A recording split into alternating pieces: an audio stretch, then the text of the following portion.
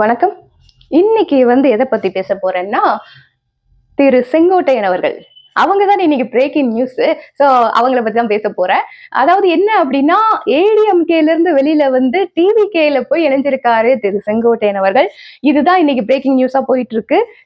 செங்கோட்டையன் அவர்கள் அதிமுகல எவ்வளவு நாள் இருந்தாங்க அப்படின்னு பார்த்தா 50 வருஷ காலம் அதிமுகல இருந்திருக்காங்க. எம்ஜிஆர் அவர்கள் இருந்த போதும் சரி, ஜெயலலிதா அவர்கள் இருந்த போதும் சரி, இவங்க ஏடிஎம்கேல இருந்திருக்காங்க. முக்கியமான பொறுப்புல இருந்திருக்காங்க. நிறைய திட்டங்களை வகுத்து கொடுக்கக்கூடிய ஒரு முக்கியமான பொறுப்புல ஏடிஎம்கேல எம்ஜிஆர் அவர்கள் இருந்தப்பவும் சரி, ஜெயலலிதா அவர்கள் இருந்தப்பவும் சரி, அந்த மாதிரி முக்கியமான ஒரு பொறுப்புல இருந்தவர் தான் செங்கோட்டையன் அவர்கள். இவங்க ஏன் ஏடிஎம்கேல இருந்து விலகி டிவிகேல போய் ஜாயின் பண்றாங்க அப்படின்னு பார்த்தோம் அப்படின்னா, அதுக்கு ஒரே காரணம் திரு எடப்பாடி பழனிசாமி அவர்கள் மட்டும்தான். எடப்பாடி பழனிசாமி அவர்கள் தன்னால எந்த அளவுக்கு முடியுமோ அந்த அளவுக்கு ஏடிஎம்கே சுக்கு நூறாக்கி சல்லி சல்லியா நுறுக்கி அதை ஒண்ணுமே இல்லாம நாசமாக்கக்கூடிய ஒரு வேலையில அவர் இறங்கியிருக்காரு அப்படிங்கிறது 100% உண்மையான ஒரு விஷயம். அவர் எப்போ இந்த ஏடிஎம்கே இரட்டை தலைமை அப்படின்னு ஆரம்பிச்சாங்களோ அப்பவே ஏடிஎம்கேக்கு அழிவு காலம் அப்படிங்கிறது ஆரம்பிச்சிடுச்சு. நான் பழைய வீடியோல கூட நான் சொல்லியிருப்பேன், டிஎம்கேக்கு ஓட்டு வங்கி செதறல. ஆனா ஏடிஎம்கேவோட ஓட்டு வங்கி செதறி இருக்கிறதுனால போன எலெக்ஷன்லயே நான் என்ன சொன்னேன் அப்படின்னா, கண்டிப்பா ஏடிஎம்கே உடைய வாக்கு எண்ணிக்கை அப்படிங்கிறது கணிசமாக குறையும் அப்படின்ற மாதிரி நான் சொன்னேன். அதே மாதிரி போன எலெக்ஷன்ல என்ன நடந்ததுன்னா, ஏடிஎம்கேல இருந்து பாதி வாக்கு பிஜேபிக்கு, அதாவது பாரதிய ஜனதா கட்சிக்கு போயிருச்சு. ஏன்னா பாரதிய ஜனதா கட்சி நோட்டாக்கு கீழே இருக்கு, நோட்டால இருக்கு அப்படின்னு சொல்லிட்டு நிறைய கிண்டல் பண்ணிக்கிட்டு இருந்தோம் ஒரு காலத்துல. ஆனா போன எலெக்ஷன்ல பார்த்தோம் அப்படின்னா, ஏடிஎம்கேக்கு ஈடு கொடுக்கிற அளவுக்கு 2வது நிலையில இருக்கக்கூடிய ஒரு கட்சியாக பாரதிய ஜனதா உருப்பெற்று இருந்தது. இதுக்கு முக்கியமான காரணம் யாரு அப்படின்னு பாத்தீங்கன்னா, ஐயா எடப்பாடி பழனிசாமி அவர்கள் தான். அவங்க அவங்க கட்சியை எப்படி வழிநடத்திட்டு போறாங்க, ஏன் இந்த மாதிரி எல்லாம் பண்றாங்க அப்படிங்கிறது அவங்க கட்சிக்குள்ள இருக்கிறவங்களுக்கே நிறைய பேருக்கு பிடிக்கல. சோ அவங்க கட்சியில தொண்டர்கள் என்ன நினைக்கிறாங்களோ அதே மாதிரி கட்சியை ஒருங்கிணைத்து கொண்டு போயிருந்தாங்க அப்படின்னா அவங்களுடைய வாக்கு வங்கி அப்படியே இருந்திருக்கும். அதுல இருக்கக்கூடிய முக்கியமான நபர்களும் அப்படியே இருந்திருப்பாங்க. ஆனா இவர் அப்படிலாம் பண்ணல. முக்கியமான நபர்களுக்கெல்லாம் இங்க அடிப்படை உறுப்பினர் இது கூட கிடையாது, அவங்கள கட்சியில இருந்து நான் நீக்கிறேன் அப்படிங்கிற மாதிரி எடப்பாடி பழனிசாமி அவர்கள் நிறைய விஷயங்கள் பண்ணிட்டாங்க. சோ பெரிய பெரிய ஆட்கள்லாம் ஏடிஎம்கேல வெளியில வந்துட்டாங்க. நம்மளுடைய சசிகலா அவர்களே ஏடிஎம்கேக்குள்ள போக முடியாத ஒரு நிலைமையில தான் இருந்தாங்க. ஏன்னா ஜெயலலிதா அவர்கள் இருந்ததுக்கு அப்புறமா எல்லாருமே அவர் சின்னமா சின்னமான்னு கூப்பிட்டு அவரை தான் ஜெயலலிதா அவர்களுடைய இடத்துல இருக்க வைக்கணும் அப்படிங்கிற மாதிரி நிறைய இது பண்ணியிருந்தாங்க.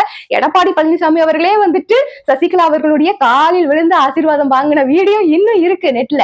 சோ அந்த மாதிரி எல்லாம் நடந்துட்டு இருந்தது. அதுக்கப்புறம் என்ன ஆச்சுன்னா, அந்த அம்மா கொஞ்சம் ஜெயிலுக்கு போயிட்டாங்க. சோ போயிட்டு வர அந்த கேப்ல எடப்பாடி என்ன பண்ணிட்டாங்க அப்படின்னா, ஏடிஎம்கேவே எனக்கு தான் சொந்தம், வேற யாருக்கும் நான் கொடுக்க மாட்டேன் அப்படின்னு சொல்லிட்டு இபிஎஸ் ஓபிஎஸ் ஃபைட் நடந்துச்சு. இபிஎஸ் ஓபிஎஸ் ஃபைட் நடக்கும்போது ஓபிஎஸ் அதுல எங்க மிஸ்டேக் பண்ணாரு, எங்க விட்டாருன்னு தெரியல.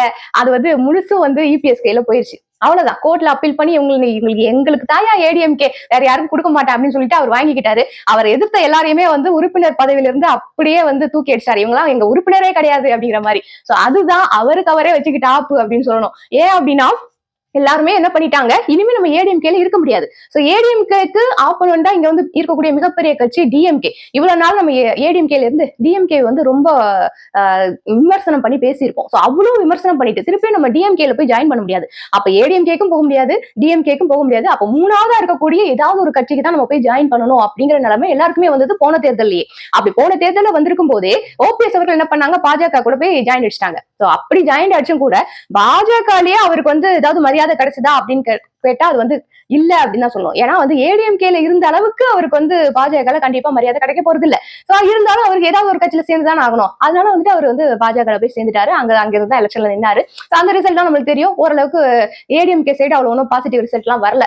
சோ அங்க இருக்கிறவங்க எல்லாருமே தோல்வியை தான் பெரும்பாலும் சந்தித்தார்கள். சோ அதெல்லாம் நம்ம பார்த்துட்டு தான் இருந்தோம். அதை தாண்டி பார்த்தோம்னா டிஎம்கே இன்னுமே அவங்களுடைய ஓட்டு வங்கி அப்படிங்கிறது அப்படியேதான் இருக்கு. இவங்க சிதறதுனால இவங்களோட சின்னமும் அவங்களுக்கு கிடைக்கல. சோ சின்னம் கிடைக்காதனால அவங்களுடைய எலெக்ஷன்ல பெரிய பின்னடைவை சந்தித்தார்கள் ஏடிஎம்கே அப்படின்னு தான் சொல்லணும். ஏன் அப்படின்னா, நம்ம மக்கள் நம்மளுக்கு எல்லாம் தெரியும், ஒரு கட்சி இந்த சின்னம் இருக்கு, இந்த சின்னம் இருக்கு, இவங்களுக்கு இந்த சின்னம் அப்படிங்கிறது உங்களுக்கு தெரியும். ஒருவேளை அந்த கட்சி சின்னம் மாத்தினா கூட நமக்கு ஃபேவரட்டான ஒரு கட்சி எந்த சின்னத்துல இருக்கு அப்படின்னு பார்த்து வாக்களிக்க கூடிய விவரம் நம்மள எத்தனை பேர் இருக்கு அப்படிங்கிறது நம்ம யோசிக்க வேண்டிய ஒரு விஷயம். அதே மாதிரி நிறைய மக்கள் என்ன பண்ணுவாங்க, அந்த சின்னம், அதாவது இரட்டை இலை சின்னம், உதயசூரியன் சின்னம், இதை பார்த்துதான் வாக்களிப்பாங்க. அவங்களுக்கு வந்து நீங்க என்ன சொன்னாலும் சரி, அந்த ஓட் மிஷின்ல போய் அந்த ஒரு சின்னத்தை தான் தொட்டுட்டு வருவாங்களே தவிர வேற எதையுமே தொட மாட்டாங்க. சோ இது வந்து பேசிக்கா தமிழ்நாட்டுல வந்து இருக்கக்கூடிய ஒரு மிகப்பெரிய ஒரு விஷயம். சோ அந்த மக்களுக்கெல்லாம் நம்ம புதுசா வந்திருக்க கட்சியோட சின்னத்தை கொண்டு போய் சேர்க்கணும் அப்படிங்கிறது மிகப்பெரிய ஒரு விஷயமா தான் இருக்கும். அது வந்து சாத்தியமா அப்படின்னு கேட்டா சாத்தியம் இல்லாத ஒரு விஷயமாகத்தான் இருக்கும் அப்படிங்கிறது தான் என்னுடைய கருத்து. அது அந்த மக்கள்லாம் என்ன செய்வாங்க அப்படின்னா, இப்போ நான் ஓட்டு மிஷின் முன்னாடி போய் நின்னாங்கன்னா, ஒண்ணு ரெட்டலையை தேடுவாங்க, இன்னொன்னு வந்து உதயசூரியனை தேடுவாங்க. உதயசூரியனை தேடுறவங்களுக்கு எல்லாம் உதயசூரியன் கிடைச்சிடும். ஏன்னா வந்து அந்த சின்னம் வந்து இன்னும் இருக்கு, எல்லா தொகுதியிலயும் அந்த சின்னம் இருக்கு. சோ அப்படி இருக்கும்போது அந்த சின்னத்தை பார்த்து அமுக்கிட்டு வந்துருவாங்க. ஆனா அந்த இரட்டைலை சின்னம் வந்து முடக்கப்பட்டதுனால அந்த சின்னத்துக்கு பதிலா என்ன கொடுக்குறாங்களோ வேற ஏதாவது சின்னம் கொடுத்துருப்பாங்க. ரெட்டையில மாதிரியே இருக்கக்கூடிய வேற ஏதாவது சின்னம் கொடுத்துருப்பாங்க. இருந்தா கூட ஐயோ நம்ம ரெட்டைலைக்கு தான் ஓட்டு போடுவோம், அந்த சின்னத்தை காணுமே, என்ன பண்றது என்ன பண்றது என்ன பண்ணு தெரியாம இவங்க வந்து என்னத்த வந்து இது பண்ணிட்டு வந்தாங்கன்னு தெரியல. போன எலெக்ஷன்ல வந்து நிறைய வாக்குகளை வந்து ஏடிஎம்கே இழந்துட்டாங்க அப்படின்னு தான் சொல்லணும். வாக்கு வங்கி அப்படிங்கிறது செதறிடுச்சு அப்படின்னு தான் சொல்லணும். சோ இதுக்கு முழு காரணம் நான் சொன்ன மாதிரி திரு எடப்பாடி பழனிசாமி அவர்கள் தான். இதுக்கு அப்புறமாவது திரு எடப்பாடி பழனிசாமி அவர்கள் அவங்க ஆட்சிக்கு வரணும்னா, அவங்க கட்சியை காப்பாற்றணும்னா, அவங்க வாக்கு வங்கியை செதற விடாம சேமிச்சு வைக்கணும் அப்படின்னா, அவங்களுடைய கட்சியில இதுவரைக்கும் அவருடைய நிலைமையில, அதாவது அவருக்கு ஈக்குவலா யாரெல்லாம் கட்சியில இருந்தாங்களோ அத்தனை பேரையும் ஒருங்கிணைச்சு வாங்க நம்ம ஒன்னா சேர்ந்து கட்சி நடத்துவோம் அப்படின்னு சொல்லி பேசி சமாதானப்படுத்தி திரும்பவும் அந்த கட்சியில இணைச்சுக்கிட்டு அந்த கட்சியை உருவாக்குனா மட்டும்தான் ஏடிஎம்கே வருங்காலத்துல ஆட்சிக்கு வர்றதுக்கு வாய்ப்புகள் இருக்கு அப்படிங்கறத நம்ம நம்பலாம். இல்ல அப்படின்னா அவ்வளவுதான், ஏடிஎம்கே அப்படியே இறங்கிட்டே தான் போகும். இதுல இருந்து இன்னொரு விஷயம் என்னன்னா, ஒரு பக்கம் பார்த்தா பாஜக வளர்ந்துட்டே வருது, இன்னொரு பக்கம் பார்த்தா திரு விஜய் அவர்கள் டிவிகே அப்படின்னு ஒரு புது கட்சி ஆரம்பிச்சு அங்க வந்து அவருடைய ரசிகர்களை இழுத்து அங்க தொண்டர்களாக்கி இன்னும் நிறைய வாக்குகளை நாங்க வந்து சேகரிக்கிறதுக்கு என்னெல்லாம் பண்ணணுமோ அதெல்லாம் பண்ணிக்கிட்டு இருக்காங்க. சோ இந்த ரெண்டு கட்சிகளும் சமமா வளர்ந்துட்டே வரப்போற ஒரு நிலைமையில ஏடிஎம்கே இந்த ரெண்டு கட்சிக்குமே கீழே தான் இருக்காங்க இப்பத்துக்கு அப்படிங்கிறது தான் உண்மையான ஒரு விஷயம். ஆனா வந்து பார்த்தோம் அப்படின்னு சொன்னா டிஎம்கே பொறுத்த அளவுல இன்னுமே வாக்கு வங்கி அப்படிங்கிறது செதறல.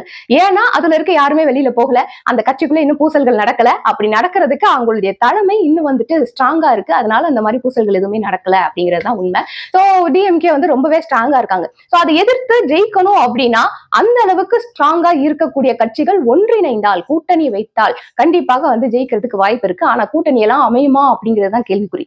ஏன் அப்படின்னா திரு விஜய் அவர்கள் வந்துட்டு ஆரம்பத்துல ஏடிஎம்கே சைடு இருக்கிற மாதிரி பேசினாங்க. அப்புறம் வந்து இப்போ வந்து கரூர் சம்பவத்துக்கு அப்புறம் வந்து பார்த்தோம் அப்படின்னு சொன்னா பாஜக சைடு போயிட்டாரோ அப்படின்னு தோணுது. ஏன்னா வந்துட்டு ஸ்டார்டிங் மாநாடுலாம் மோடிஜி அப்படின்னு சொல்லிட்டு பேசிட்டு இருந்தாரு. இப்பெல்லாம் வந்துட்டு இப்ப நடக்கிற மாநாட்டுல எல்லாம் பார்த்தா மோடி அவர்களை பத்தி வாயே திறக்க மாட்டேங்கிறாரு. சோ ஆஃப் பண்ணிட்டாங்கயா அப்படிங்கிற மாதிரி ஆயிடுச்சு.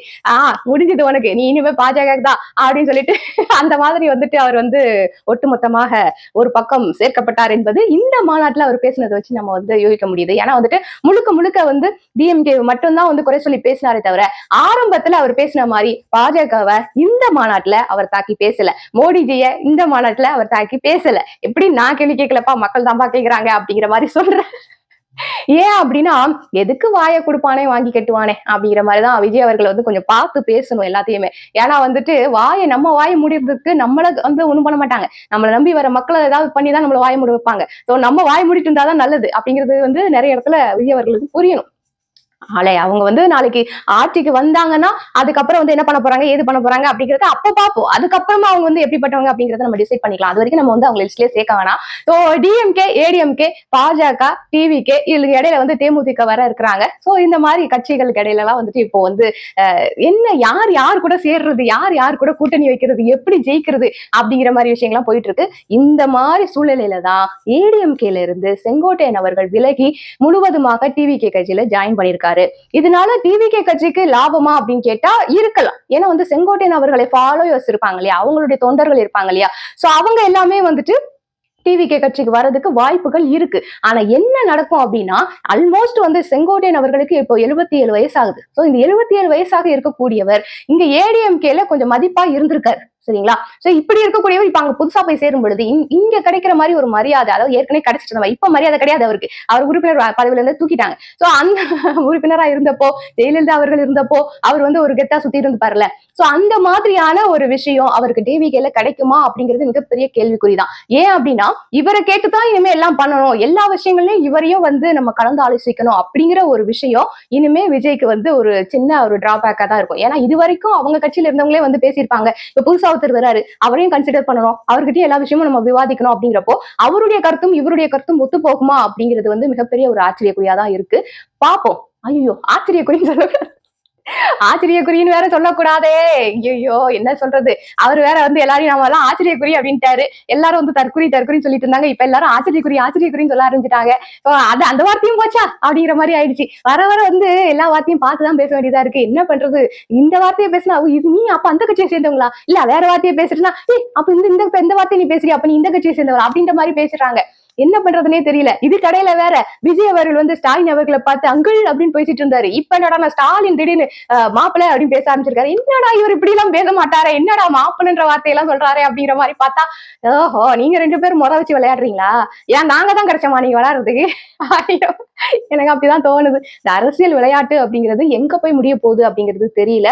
செங்கோட்டையன் அவர்களுக்கு டிவிகேல நல்ல மதிப்பும் மரியாதையும் கிடைக்குமா அப்படிங்கிறதும் கேள்விக்குறிதான். ஏன்னா ஏடிஎம்கேல இருந்து வேற வேற கட்சிக்கு போய் ஜாயின் பண்ண யாருக்குமே எந்த மரியாதையும் கிடைக்கவில்லை, அவர்களுக்கு எந்த விதமான அங்கீகாரமும் கிடைக்கவில்லை என்பதுதான் உண்மை.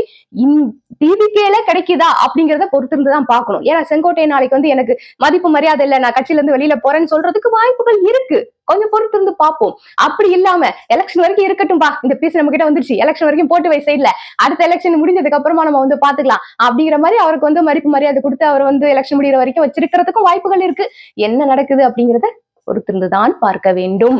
இந்த வருஷம் தேர்தல் அப்படிங்கிறது வந்து இன்னுமே நல்ல பரபரப்பா தான் இருக்கும். இருந்தாலும் ஸ்ட்ராங்கா இருக்கக்கூடிய கட்சி திமுக மட்டும்தான். மித்த கட்சிகள் எல்லாம் வந்துட்டு ரிசல்ட் பார்த்தாதான் உண்டு, ரிசல்ட் வந்தாதான் உண்டு, வாக்குகள் வந்தாதான் உண்டு அப்படிங்கிற நிலைமையில தான் இருக்கு.